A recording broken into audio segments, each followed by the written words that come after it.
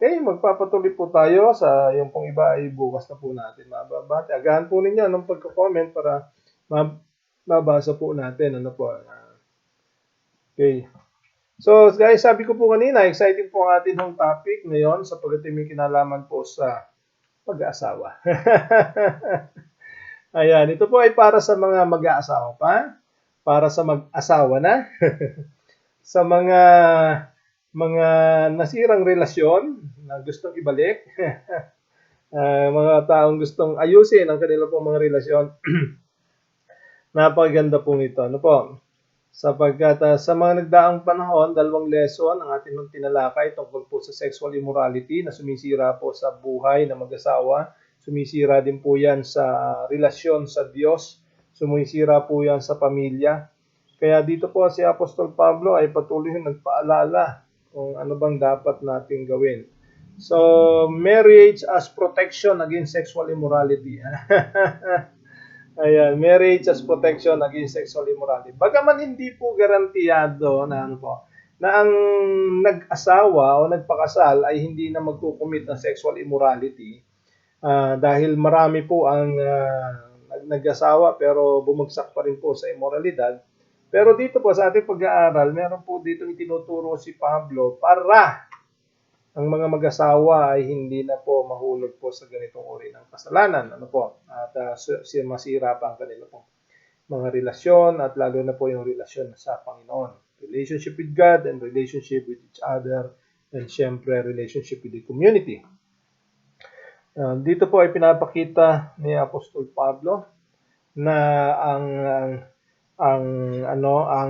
kasal o ang pag-aasawa ay dapat ay exclusive. Nagbibigay ng exclusiveness sa dalawang mag-asawa. Ano po? Basahin po muna natin ang atin pong reference, 1 Corinthians 7, 1-5. Ang sabi po rito, now for the matters you wrote about, yan. Ito po, di ba, nung unang natin pinag-aralan ng aklat ng Korinto, ay ang pagkakasabi ni Pablo nung pinag-usapan po natin yung mga problema, ano po, problema about division, problema about sexual immorality. Kaya nalaman ni Pablo na merong ganon dahil nagsumbong o nagkwento. Nagkwento po yung mula po sa sambahayan ni Chloe na pumunta kay Pablo. At inireport ko ano nangyayari doon sa iglesia sa Corinto. Kasama po na bukod doon sa ikinukwento, bukod doon sa sinumbong nung mga dumalaw sa kanya, meron pala silang sulat. At yung sulat na yon mula po sa simbahan o sa iglesia sa Corinto ay marami pong paksa. At yan po itatalakayin po natin isa-isa sa mga dadating pong panahon kung saan ay makikita po natin na dito ay mayroon pong at least 4 topics na sinulat nila at nagtatanong sila kay Pablo kung ano ang dapat gawin doon sa mga topics na yon, and one of which is marriage. Ayan. Kaya sabi dito, now concerning matters you wrote about, so this is only one of the matters that Paul wrote, that the leaders, the members of the church in Corinth ay pinadala. Ano po? Kaya po subaybayan po ninyo para makita po natin ang ilang mga bagay diyan. So ang issue dito, dapat bang mag-asawa ang tao o hindi? Dapat bang mag-asawa? Sabi ni Pablo, it is good for a man not to have sexual relations with a woman. Ayan. Ang ginamit po dito sa it is good for a man not to touch a woman. Wag nang hawakan, wag nang magkaroon ng relationship with a woman. Yan ang pagkakasabi ni Pablo. Yan. But since sexual immorality is occurring, each man should have sexual relations with his own wife and each woman with her own husband.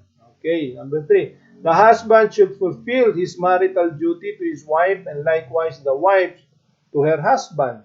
The wife does not have authority over her own body, but yields it to her husband. In the same way, the husband does not have authority over his own body, but yields it to his wife. Do not deprive each other except perhaps by mutual consent and for a time, so that you may devote yourselves to prayer. Then come together again so that Satan will not tempt you because of your lack of self-control. Okay. So, tingnan po natin ang ilang mga bagay na ipinapakita dyan. Okay. Marriage requires exclusiveness or exclusivism. Ito po ang malaking problema ng mga nag-aasawa. Hindi nauunawaan na kapag ka po sila ay nag-asawa, sila ay nakikipag-ugnay, nakikipag-isa, at sila ay nagiging isang laman. Sabi po sa Genesis, nung ikinasal ng Diyos si Adan at si Eva, take note, ikinasal ho ng Diyos si Adan at si Eva, hindi ho yung biglang nagsama na lamang, ng ganun-ganun na lamang. Ang Diyos mismo ang nagkasal, isang garden wedding, dahil ginawa po yan doon sa Eden. At ang sabi ng Panginoon, therefore the man should leave his father and mother and be joined to his wife, and they shall become one flesh. Sila po ay magiging isang laman. Kaya po, kailangan po sa mga mag-aasawa, titingnan po ninyo na bago kayo pumasok sa pag-aasawa, ibig sabihin magkakaroon na kayo ng kakaibang estado sa buhay. Hindi na ho yung buhay binata. Hindi na yung dating pagkatao. Kailangan bago na. Hindi ho ba? Kailangan po yan ang problema. Marami po nag-aasawa ang hindi iniiwan ang kanilang buhay binata at buhay dalaga. Ganun pa rin ang kanilang buhay, parang wala pong asawa.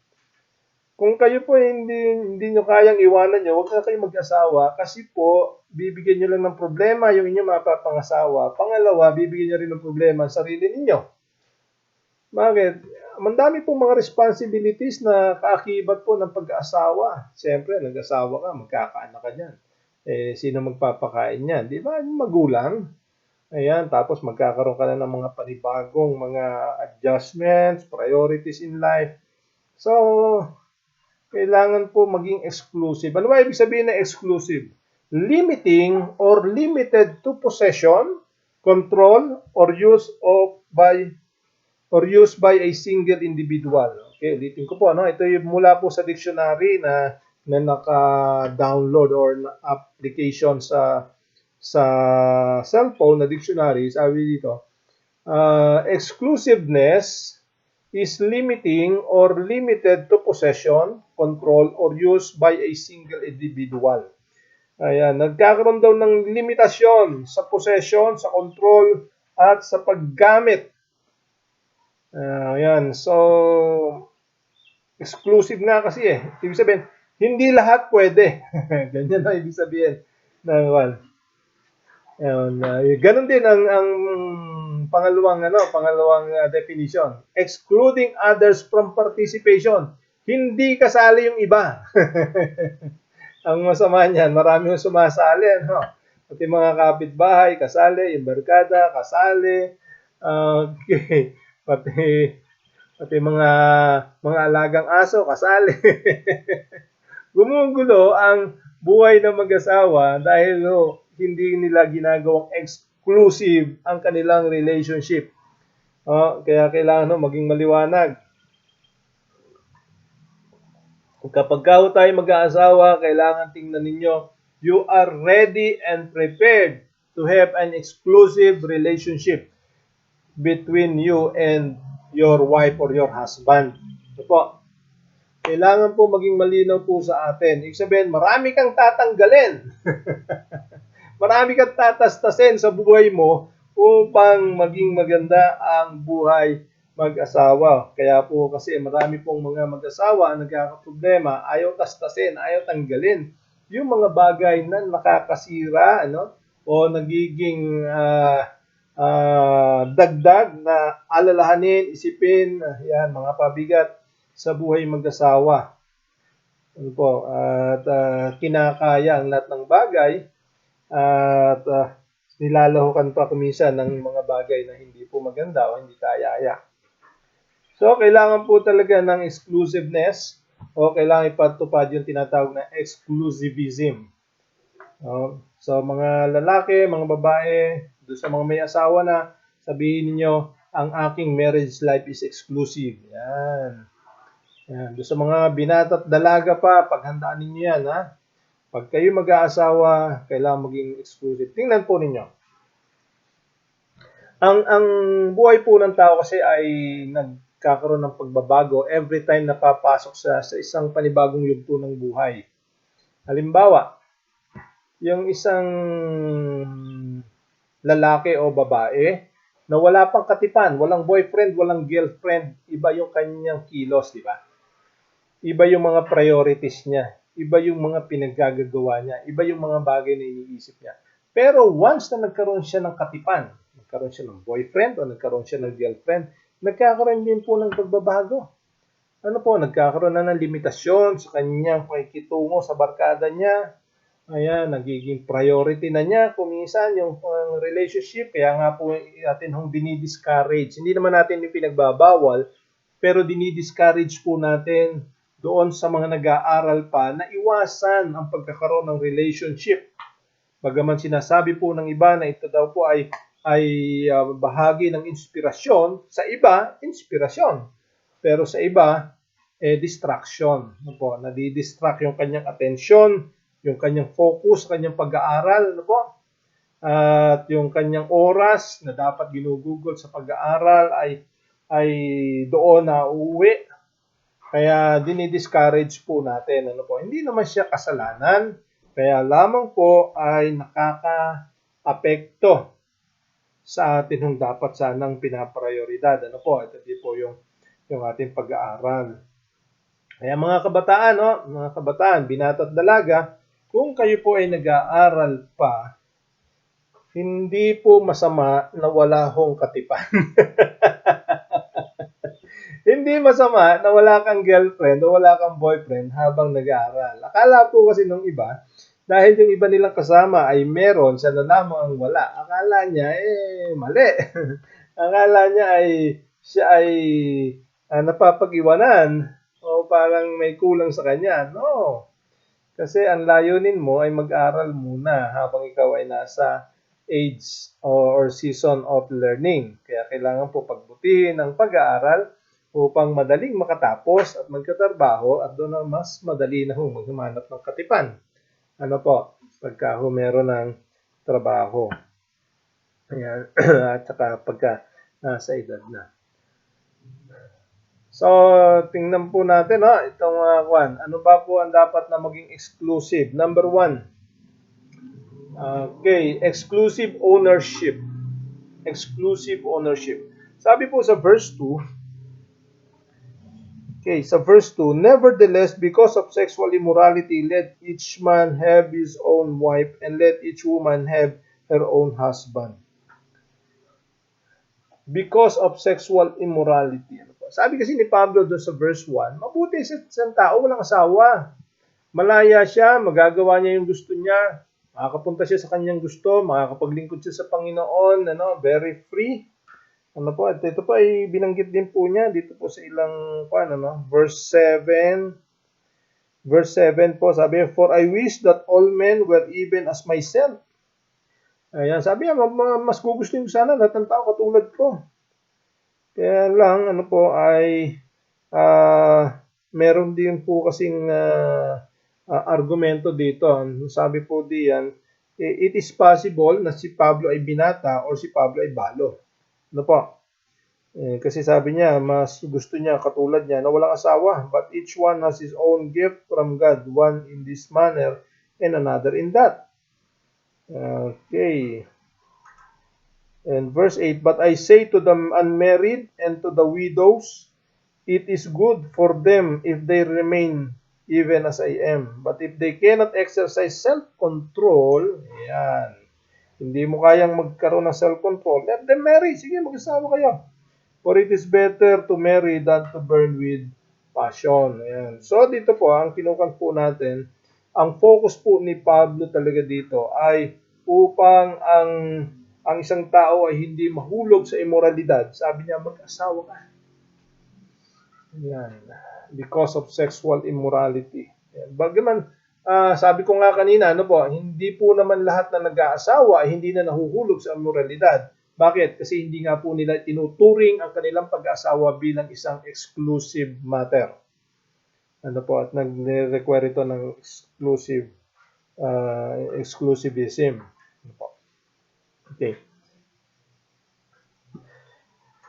Hindi po na natin dito titingnan yung ilan pong mga about marriage. Ang atin lang pong tinitingnan dito ay pagiging exclusive ng isang marriage upang hindi po mahulog sa immorality at maging masaya po ang mag-asawa. Kasi po, marami naman pong dahilan sa pag-asawa.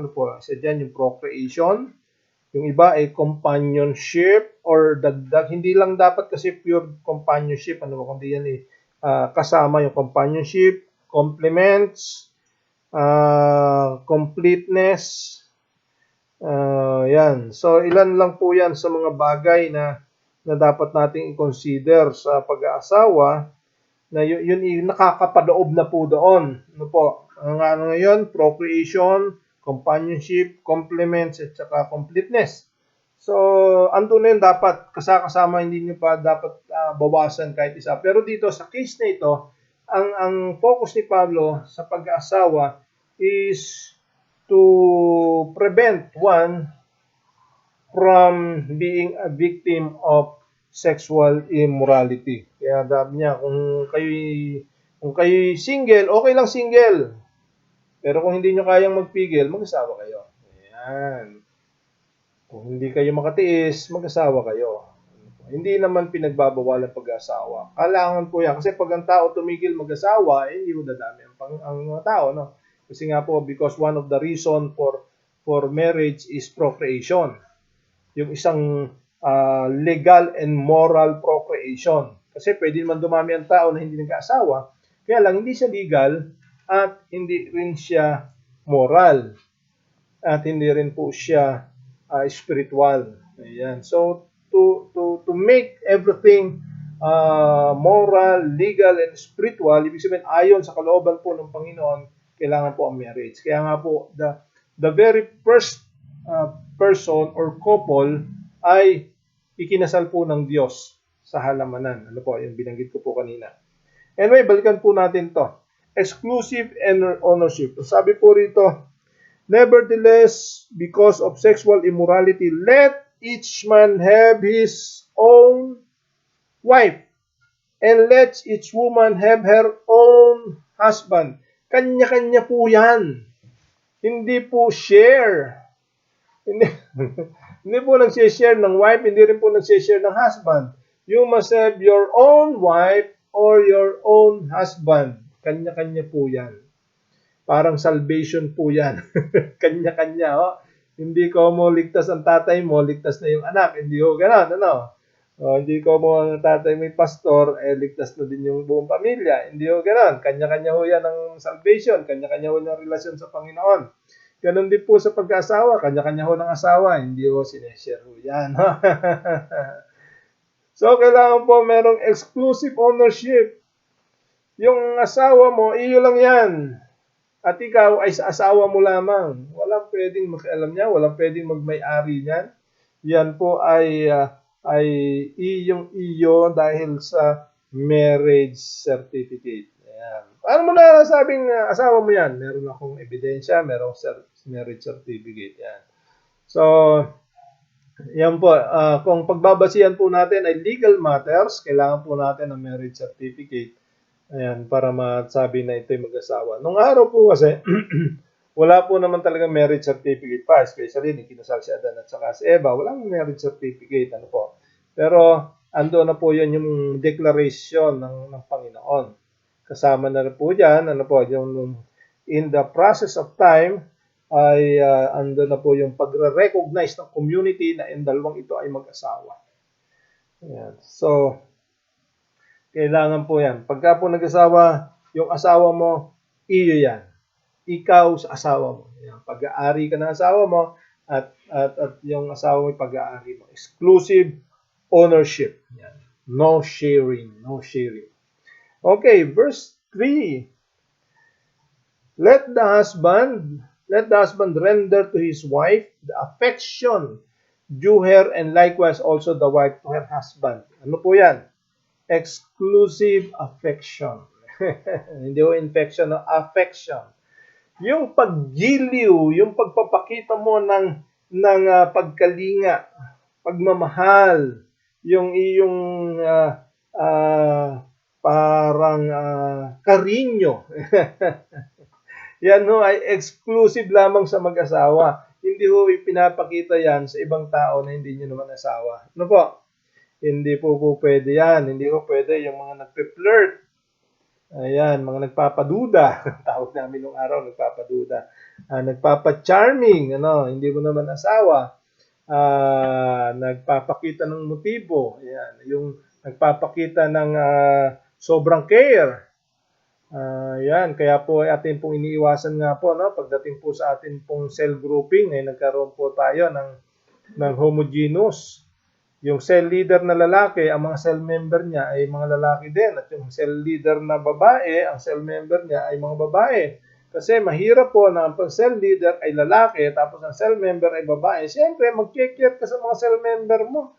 Magpapakita ka ng affection sa kanya. Pagka yan ay opposite sex, delikado po yan, di ba? Ang tendency niyan ay magkaroon ng temptation. At ganoon din naman, kung yung babae, ang cell member niya ay lalaki, siyempre, pag kinir mo yung lalaki, akala nung lalaki, may gusto sa akin to. Kasi nga, yung affection, it attracts feelings. Di ba? It attracts feelings. Kaya nga, affection nakaka-apekto. It affects feelings. It attracts feelings. Ayan, kaya po kailangan ay meron tayong exclusive affection. Affection ninyo, pang-asawa lang yan. Ito lang problema. Ano ba? Meron po tayong mga cases na yung affection ay mas malalim pa doon sa hindi asawa, habang doon sa asawa ay hindi, walang ka-epek-epek. Walang ka-epek-epek pag sa asawa, pag sa ibang tao, very affectionate. Ayan, delikado po yan. No? Pagka ganyan na, sintomas na ho yan, na merong hindi magandang nangyayari sa buhay. Ano po? Ayan. Kailangan po, kahit po yung inyo pong napangasawa, alam po ninyo yung pag-asawa, kalimitan niyang affection, yung bago ikasal, ayan, yung mga nanliligaw, sinagot, bago ikasal hanggang sa bagong kasal. Pag tumatagal na yung affection, ay medyo nababago. Yung iba nababawasan, yung iba nawawala. Ano po, yan. Kaya sabi nung iba, kaya lang naman kami nagsasama, alang-alang sa mga anak. Ganun ba yon? Mali yon. Magsasama kayo dahil kayo mag-asawa, hindi dahil sa mga anak. At magsasama kayo dahil kayo ay nagmamahalan. Bakit? Nagmamahalan kayo noon, ba't nawala ngayon? Di ba? Kasi hindi ho kinocultivate. Ayan. Pangalawa, merong ibang nagpapakita ng affection. Doon nagkakaroon ng affect. Yeah, ngayon ko na po, yung asawa nalilimutan, ano po. Yan. So, kailangan po merong exclusive affection. Yung pag-care mo, pag-gili mo, diyan lang, ano po. Yan, kahit ito nga sinasabi ko po, kaya nagkakaroon ng pagbabago kasi po, ang daming changes. Ang mga nag-aasawa, nagbabago itsura, ano po. Bago na itsura, yung dating makinis, medyo hindi na ho masyado makinis habang matagal, yung dating sexy, ngayon ho ay ano, ay hindi na masyado. At yung dating laging maayos mag-BS, natatamad nang mag-ayos. Bakit? Ang dami inaasikaso, ang dami pinoproblema, no? Hindi ho dapat ganon. Kailangan hindi nagbabago ang affection, hindi nagbabago ang paggiliw, ayan. Ang romance, hindi ho nagbabago, ang attachment, ayan. At yung mga ipinangako ninyo hanggang kasal ay dapat ho tinutupad. Hindi ho dapat nababago yan. At yan yung mangyayari kung intindihan natin na yung meron tayong exclusive affection. Ano po? Mahirap po kasi pagka meron na hong ibang nagpapakita ng affection o di kaya tayo ang nagpapakita ng affection sa iba. Ang tawag po dyan, temptation. Ingat-ingat po. Yan ho ay temptation ha. Ay temptation, yan ho ay hindi ho hindi ho ginagamitan ng self-control. Yan ho ay tinatakbuhan. Di ba? Tandaan niyo yung kwento natin about Joseph the Dreamer. Ayan, nagpakita na ng affection yung asawa ng kanyang amo. So, anong ginawa ni Joseph? Sasabihin ba niya, matatag ako, malakas ang aking self-control. Hindi ho ganoon. Pagdating, the bad things comes to worse, he ran away. Takbo. Huwag ka na magpigil. Tumakbo ka na. Yung pagpipigil na yan, nauubos yan. Sabi ko dati, ang self-control, nauubos yan. Pwede nakakakontrol ka ngayon, pero pag hinayaan mo, yan, self-control nauubos. Para hindi mo maubos yan, tumakbo ka na. Hindi mo na kailangan ng self-control pag malayo ka na. Okay? Naliwanag po ba? So, affection ay kailangan exclusive lamang po sa asawa. Huwag kayong magpapakita ng affection. Mga pakyut-pakyut hindi nyo maasawa. Wala na akong ganyan. Kasalanan na po yan. Wala. Simple lang naman. Parang laro-laro. Diyan nagsisimula yan sa maliliit. Mga paramdam. Yan, paramdam. Mga words of encouragement. Mag-ingat kayo. Hindi yung masama magbigay ng words of encouragement. Pero ganito. May mga words of encouragement na meron pong motibo sa likod. Siyempre, hindi nyo naman makikita yung motibo sa likod. Hindi naman sasabihin, may motibo ako. Hindi nyo malalaman yan. Pero, yan ay nararamdaman. Lalo na pagka consistent na, tapos meron ng ibang mga aside from words of encouragement, meron na rin mga gifts giving. Meron na rin quality time. Delikado na po yan. May patutunguhan po yan. Kaya maging maingat to. Kaya nga po, sabi ko nga kanina, mas maganda homogeneous pagdating po sa mga discipleship program. Okay, so exclusive ang affection. Number 3. Kailangan po yan ang sabi po sa verse 4. The wife does not have authority over her own body, but the husband does. And likewise, the husband does not have authority over his own body, but the wife does. Okay, ano pong ipinapakita? There is an exclusive authority. Exclusive authority. May authority na ang babae sa iyo at ikaw may authority sa babae. Bagaman naniniwala po tayo na yung supreme authority, ang pinakamataas na authority aside from God, syempre, ganun pinakamataas, syempre sa bahay, it's the father, the head of the family. Yan. Pero meron pong exclusive authority ang wife sa lalaki at ang lalaki sa kanyang wife. Sila lang ang meron. Hindi ho pwede magkaroon ng authority ang kapitbahay. Ayan. Ang mga in-laws, hindi pwedeng magkaroon ng authority. Yung mga anak, ayan, hindi ho nagkakaroon ng authority yan. Over the parents, it's always the parents who have authority over the children. And also, between the husband and the wife, they have the exclusive authority with each other. Yan. Kaya ito po ang gusto ko pong makita po natin. Yan. Halos katulad po ito ng number 1, yung ownership. Kung tayo po merong authority and ownership of our wife or husband, ay kailangan po there must be no secret. And ito rin po, ito maraming kontra po sa akin dito. Pero sa akin, personally, pwede nyo gayahin, pwedeng hindi. Para sa akin po, between a husband and a wife, there must be no secret, there must be no privacy. Totoo po yan. There is no privacy. Bagaman doon sa ibang ang sa akin lang, ang privacy lang para sa akin, when it comes to counseling, when it comes to matters na ipinagtiwala ng ibang tao sa akin, na hindi pwede kong sabihin sa aking asawa, that is considered private. But, aside from that, nothing is private para sa akin. Why? Because my wife has authority over me and I have authority over my wife. Kaya po kahit yung mga password ng cellphone, password ng email, password ng Facebook, ng ano pa? Ng ATM, yan. Yan, hindi ho yan itinatago. We have the authority, the wife has the authority over the husband and the wife has authority over the husband has the authority over the wife. Meron ho yung ganyang klaseng authority. Na yung mag-asawa lang ang meron. Ayan, ano ho. Kaya sabi nga po, biglang bumulong ho yung aking misis. Yun daw ATM, kailangan na lang din yung password mo. Alam po ng misis ko, ang password ng ATM ko. Ayan, kaya anytime mo pwedeng pwede yun yung ma-withdraw yung pera. Kaya pinag-usapan naman po namin. Bago kami po nag-asawa, meron kaming pre-marital agreement. Wag natin pag-aawayan ang pera. Yan ho, amin po. Isa sa marami namin pinagkasundan. Huwag na natin pag-aawayan ng pera. Ayaw ko nag-aaway sa pera, ano?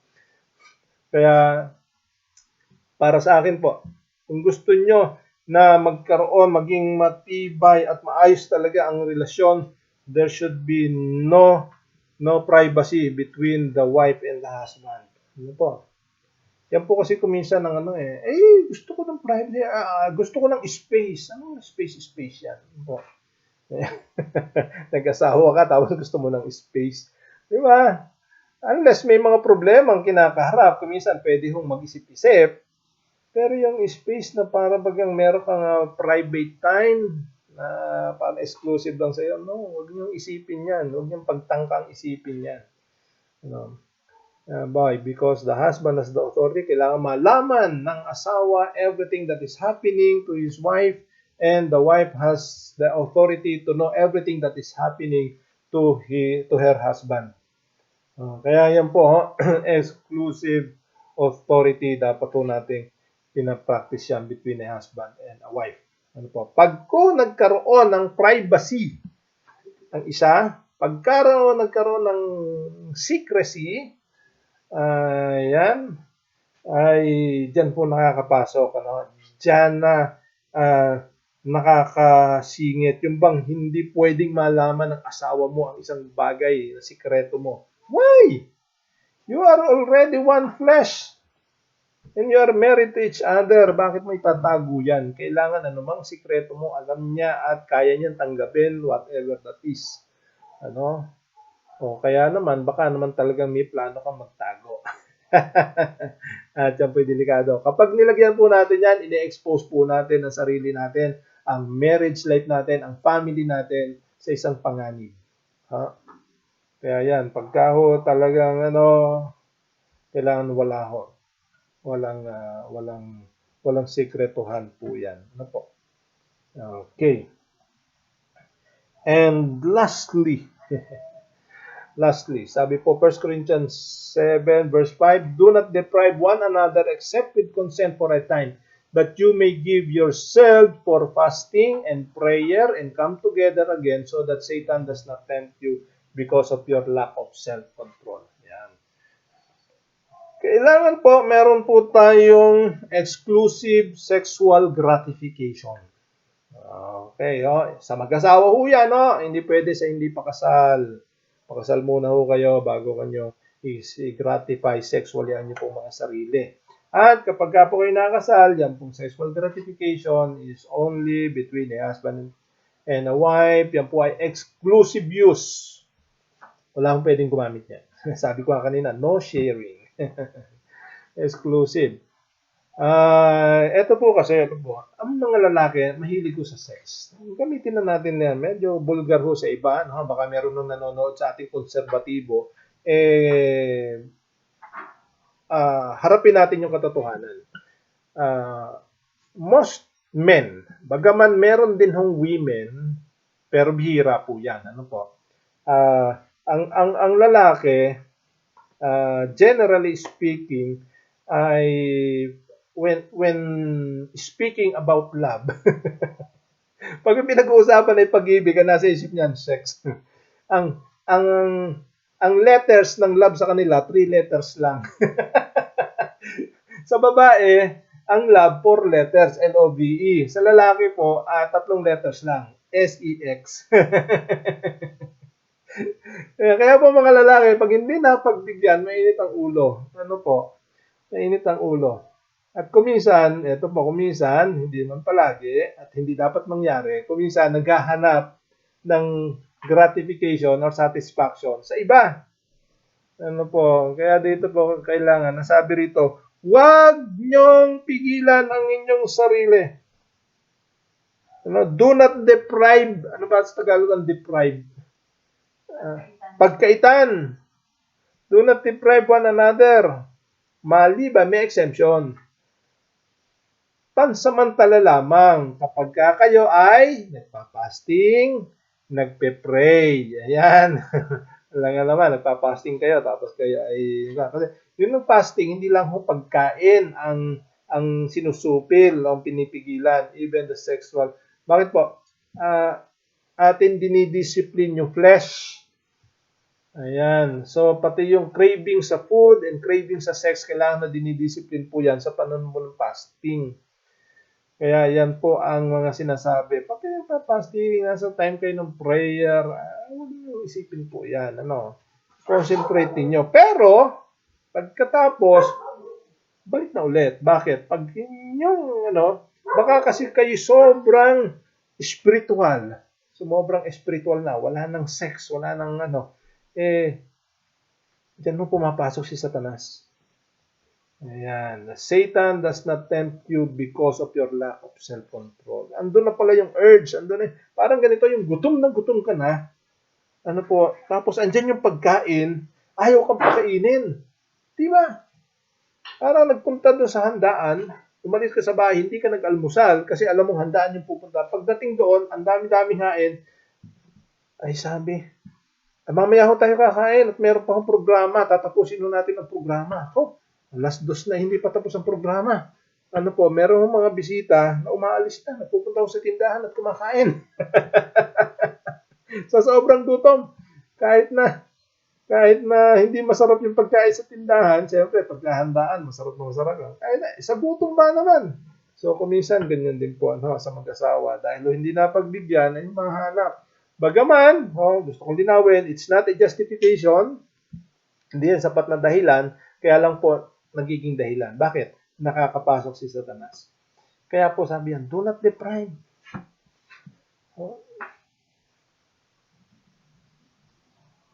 Sa mga babae, ayan, huwag mo kayong mahihiya sa mga asawa ho ninyo. Pagka medyo gusto niyo mga labit, pwede mo mga labit ng babae. Hindi ho lalaki lang nangangalabit. Kasi baka hindi ho alam ng lalaki na kayo nagde-desire o naghahanap. Baka naman ang asawa niyo hindi manghuhula. Mag-initiate naman kayo. Alam ko niyo, mga lalaki, mas gusto yung mga babae na nag-i-initiate. Totoo yan. Mas gusto ng lalaki, generally speaking, bagaman hindi ho lahat, ayaw kong sakupin yung iba, pero mas marami sa mga lalaki, gusto nila yung mga babae ang nag-i-initiate. Tingnan nyo sa mga beer house. Diba? Bakit nagpupunta ang mga lalaki doon? Malayo pa, tinatawagan na, "Hi, sweetheart!" Kahit hindi naman kilala. Halika po nga. Asikaso, sila nag-initiate. Talagang para sa kanila, special na special ka. Hindi dahil mahal ka nila, but because of money. Siyempre, prostitution place yun eh. These women are working for money. They are not working for you. No feelings. No attachment. Di ba? Yung mga one night stand, ganyan, talagang asikasuhin ka. Papakita nilang sila, parang mahal na mahal ka, pero ang totoo, mahal nila yung pera mo. Pero the point is, they are making initiatives. Yan. Kaya naman yung mga lalaki, pagka gano'n, sobrang initiative ng babae, panay ang dungot, panay ang bigay. At nagyayabang pa. Pinagmamalaki niya na malaki yung kanyang naibigay, di ba? Ayan, sa mga babae, para hindi mabigay ang pera doon sa beer house at sa inyo maiabot ang pera, daigin ninyo yung mga, pangit pakinggan, Pangit pakinggan, pero alam po ninyo, baka makatulong. Baka subukan nyo minsan. Pagka ho nakatulong sa inyo, ituloy-tuloy ninyo. Ha? Kasi baka yung asawa ninyo, naghahanap. Ba't lagi na lang ako nag-i-initiate? Parang asawa ko yung napipilitan lang. Ayan, subukan ninyo. Kayo mag-initiate. Talagang ibihis nyo na yung pinakamaganda ninyong damit. Ayan, yung mga nakalawit ang yung balikat. Sweetheart, Yan, ay. Yung bang asawa nyo, papunta pa lang ng trabaho, sabi mo, sweetheart, uwi ka maaga. Ay, palagay ko naman ang asawa ninyo, hindi pa nga nakakapag time out, ay talaga, nagkukumahog ng pauwi ng bahay. Oh? At kahit walang biyahe, tatakbuhin yan pauwi. Ayan. So, sexual gratification is exclusive for a husband and wife. Kaya siyempre, kaya nga po, i-gratify nyo naman. Hindi lang basta magkaroon ng sex, it must be gratified. Dapat merong gratification. Yung nalulupos, buhos nyo na. Huwag yung may raos lang. Ano po, kumisan kasi may mga lalaki, may raos lang, okay na siya. Yung mga babae, nabitin. Kaya ako nawawala ng gana naman yung mga babae. Ano po, binibitin naman yung mga babae. Yung bang pakiramdam ng babae, sila ginagamit lang, pinagpaparausan lamang, yung bang bago mag-sex talagang akala mo yung mahal na mahal. Pagkatapos wala na, wala na, tulugan na. Ayan, kailangan, sexual gratification must be gratification. It must be gratifying, Ayan, baka walang gratification, so sexual lang talaga. Ayan. Ayos nyo. Yung nga iba, may mga champagne pa, di ba? Yung mga kompa, may mga music background pa. Meron talagang gratification. Ganda naman natin, para naman ma-enjoy pareho. Ma-enjoy pareho. Kasi kalimitan, kalimitan. Sa sexual relationship, ang nag-enjoy lang ay lalaki. Kalimitan ho yan. So, mga lalaki, paalala, ay pakiramdaman nyo, baka yung inyong partner hindi nag-i-enjoy. Kaya pala hindi sila nag-i-initiate kasi hindi sila nag-i-enjoy. Ayan. Pangalawa, baka kaya hindi walang gana yung babae, walang bayad. Diba? Ano yung mga prostitute, pag binayaran mo, ay, miski anong ipagawa mo, gagawin. Di ba? Pero di yung mga misis naman ninyo, bigay mong bumbu yung sweldo, malaan. Pag hindi, baka hindi lang sexual relationship ko mag-enjoy, pati pagkain mo, pagluluto ko pa ng masarap niyan. Di ba? So, kailangan po, di ba? Kailangan po talaga yung pera. Ibigay natin. Yan. Sabi nga natin nung nandiligaw pa, buong buhay ko, ibibigay ko sa iyo. Sagutin mo lang ako. Ayan. Nung mag-asawa na, yung sweldo, hindi maibigay ng buo, buhay pa ba?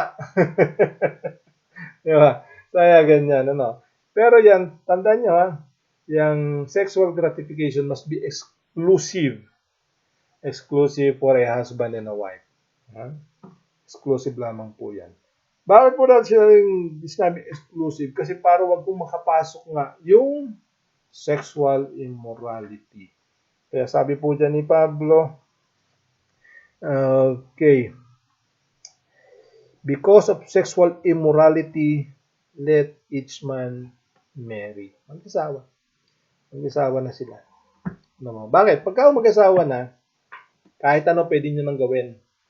Pag hindi pa mag-asawa, wala kayong pwedeng gawin. Pero pag mag-asawa na, kahit yung mga sa tingin natin, immoral. Hindi, there's no immorality when it comes to marriage. Pag mag-asawa na, di ba, sabi sa Bible, Genesis, ano sabi doon? And they are both naked, and they are not ashamed.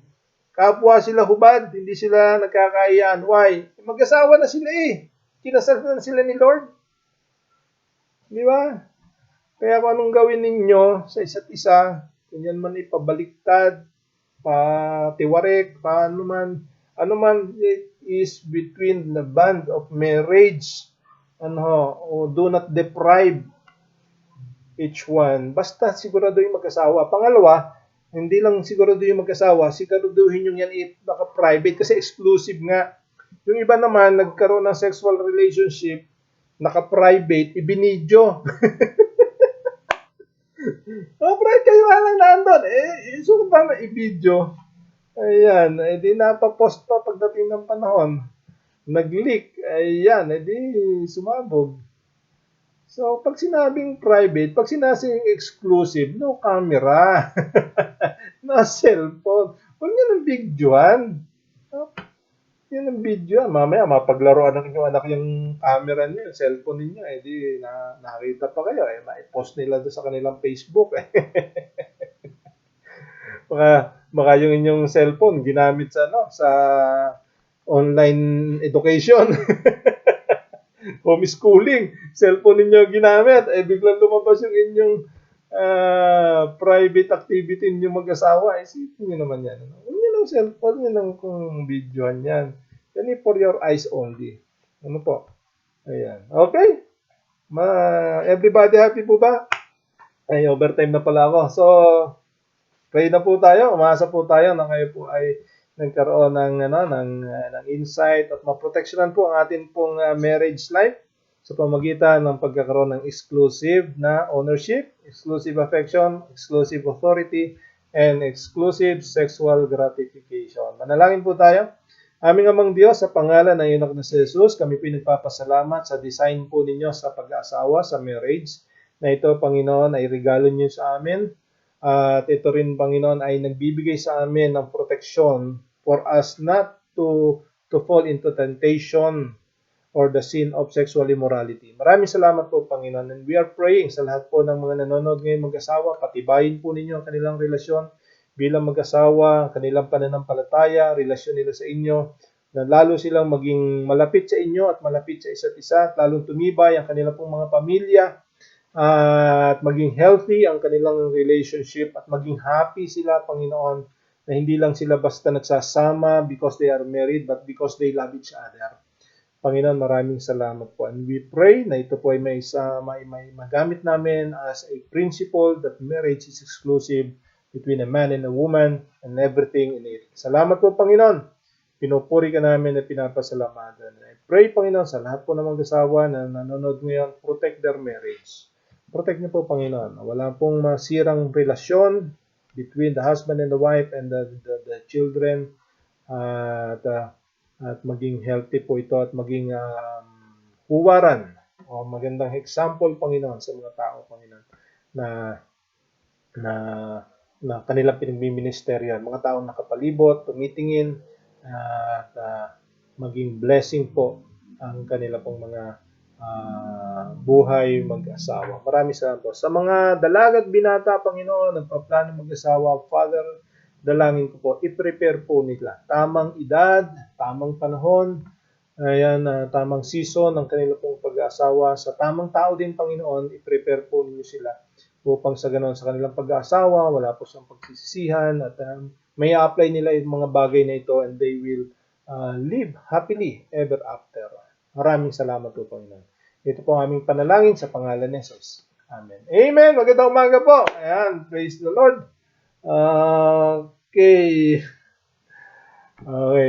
Palain po tayo ng Panginoon. Salamat po sa mga nahuli pong nag-comment. Babasahin ko po mamaya yan. Hindi na po natin mabasa online dahil ubos na yung oras natin. So, maraming salamat po. Ito po muli ang inyong pong lingkod kay Kristo, Pastor Jaime Ambita Calanog ng Malabag Community Bible Church. Patuloy nagsasabing, ang pagkatakot sa Panginoon ay pasimula ng karunungan. Pagpalain po tayo.